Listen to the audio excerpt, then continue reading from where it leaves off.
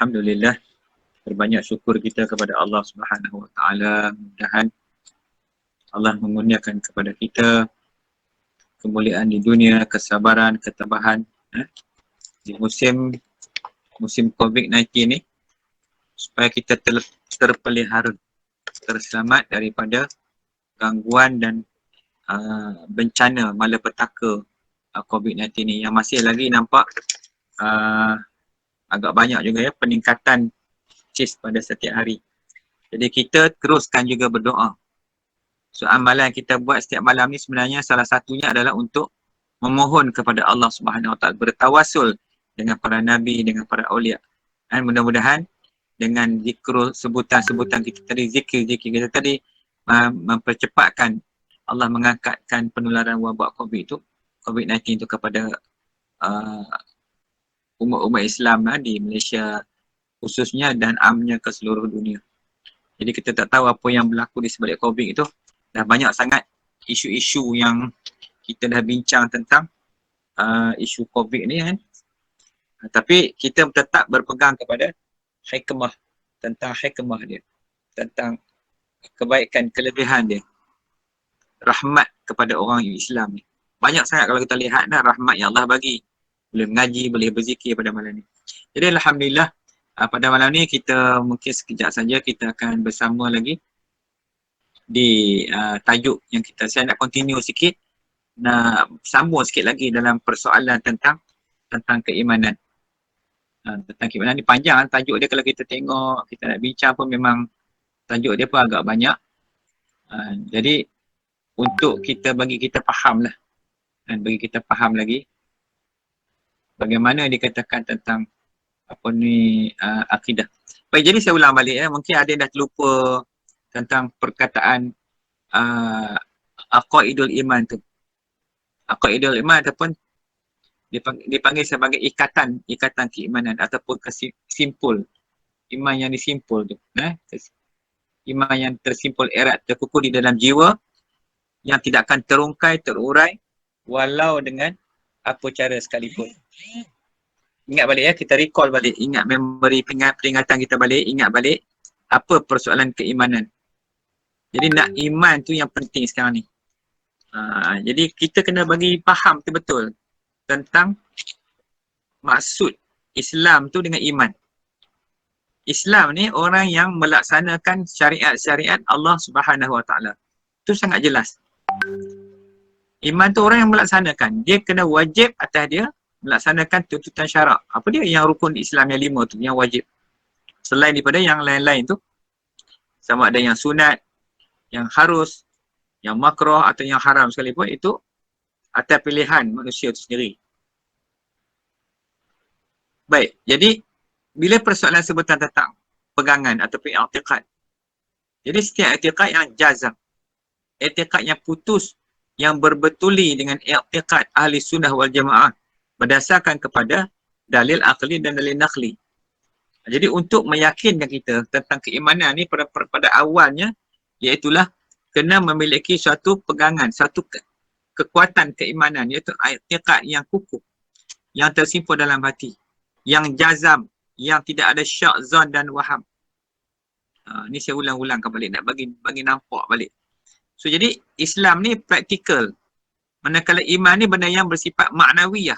Lepas tu iman tu dia tak ada buat apa benda pun. Dia hanya percaya. That's it. Dia hanya percaya kepada rukun iman yang 6. Jadi percaya itu bukan percaya sembarangan.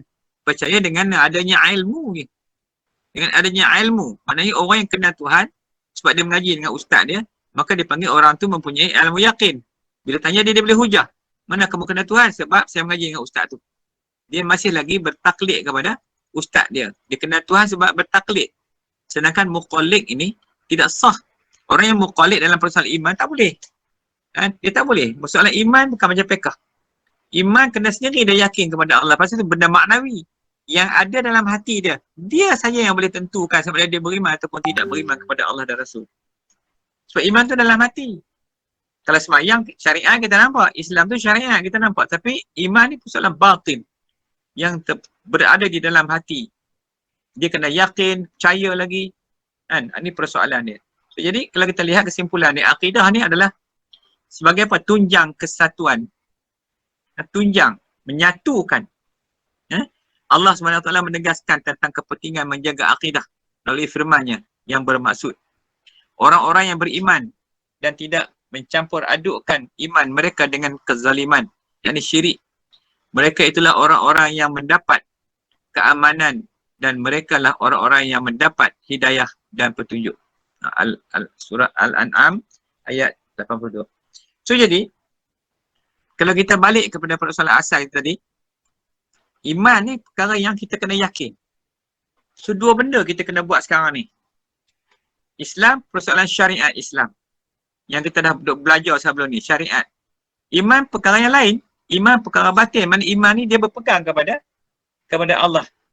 Beriman kepada Allah, beriman kepada rukun iman yang 6 tu. Solid pegangan dia. Akidah tadi apa?